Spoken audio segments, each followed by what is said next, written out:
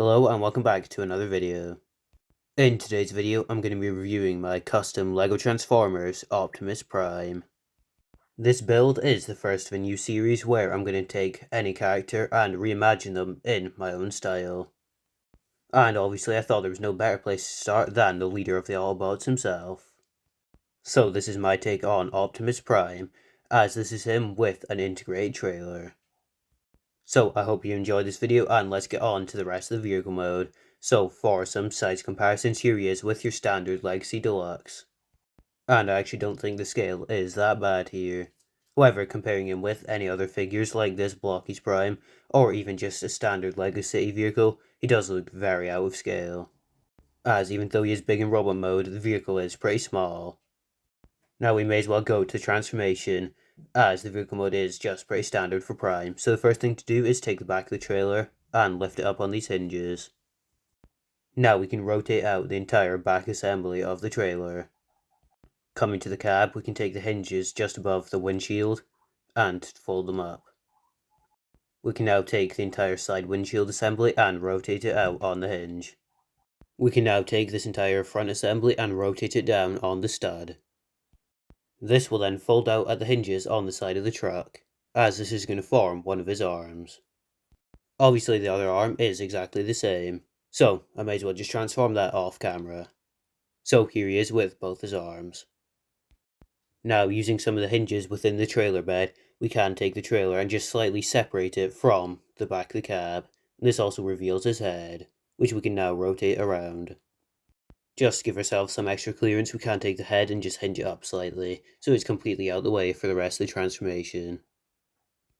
Now coming to the legs, the first thing we can do is rotate them down slightly at the hinges, just to give us clearance.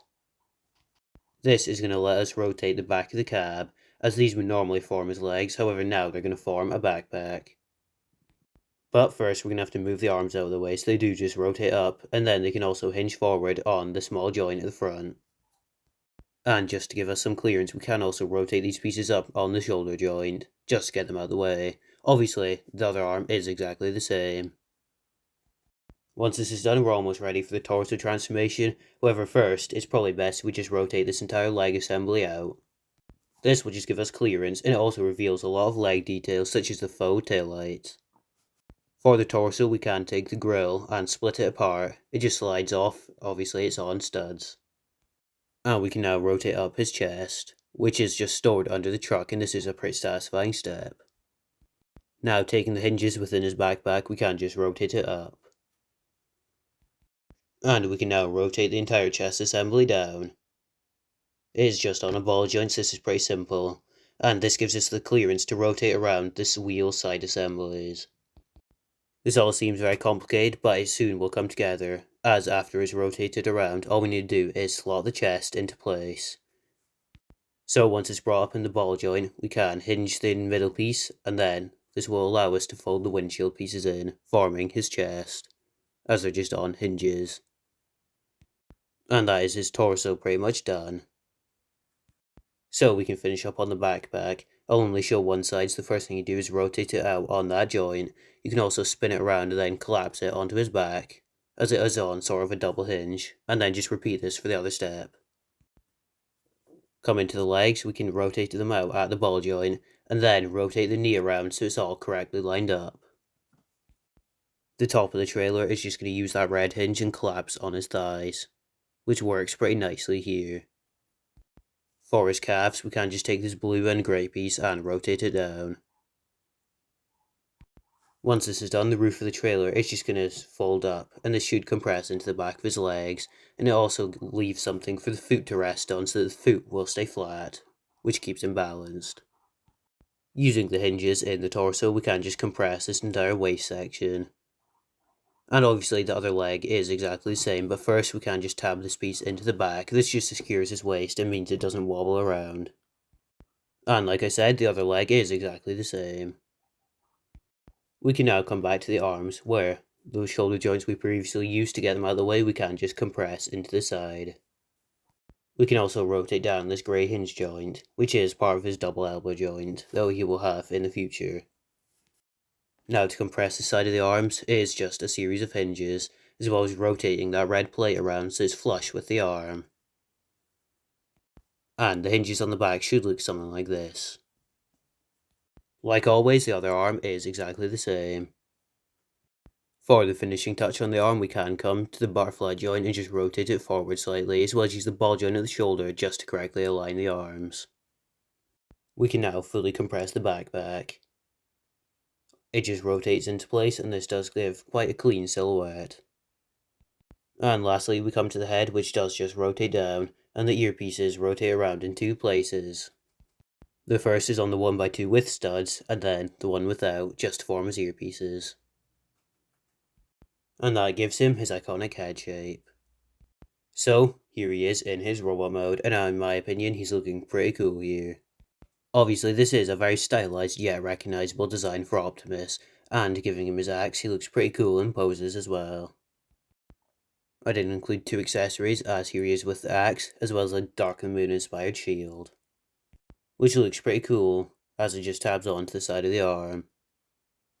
So getting him onto the turntable, you can see all his details here.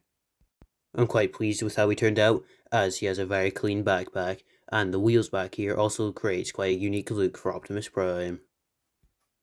I'm also happy that the trailer wheels ended up where they did, as that is normally where he would have wheels. Obviously, these are faux, as they are from the trailer, but they still look pretty cool here. His chest design is also quite unique here, with the orange stud in the middle. And I definitely like how the windshield splits apart here. Also used a white stripe on the front bumper, as it becomes his white stripe in the torso mode, and I think it just breaks up the grey quite nicely, as he does have quite a lot of grey on his legs. His head is a pretty generic Optimus to be fair, but it still looks quite cool here, and it definitely fits the scale well. His torso, like I said, is pretty complex, and it's probably one of my favourite parts as it includes those red missile pieces as well. And although these are fake tail lights on the knees, they still look pretty cool. As you can see, the real tail lights are stored in the knees. I definitely like how the trailer manages to compress onto his legs and looks pretty cool here. And the engineering on the backpack works surprisingly well. And it cleans up very nicely for him to be able to still be balanced. And obviously it doesn't stick out too far. The arms are probably my least favourite part, as the elbow is kinda hard to see here and it's quite hard to use. But anyways, on to the size comparison, so here he is with Siege Prime. And obviously you wouldn't really expect a cab this size to turn out this big, which is why I used the trailer just to bulk him up a bit, and create a more unique styled Optimus Prime. Here he is with Megatron as well, and here he is with Blocky's Transformers 1 Optimus Prime.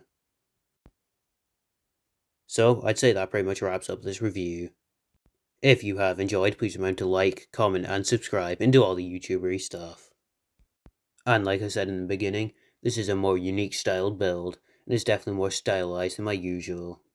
But I do want to do more, and the next video in this stylized series is going to be an upcoming Devastator build. Or at least I hope so, if I can get all the parts. But anyways, I should be back to more weekly uploads, as I have quite a few videos pre-recorded. But anyways, I'll see everybody next time, and do check out my shorts if you haven't already.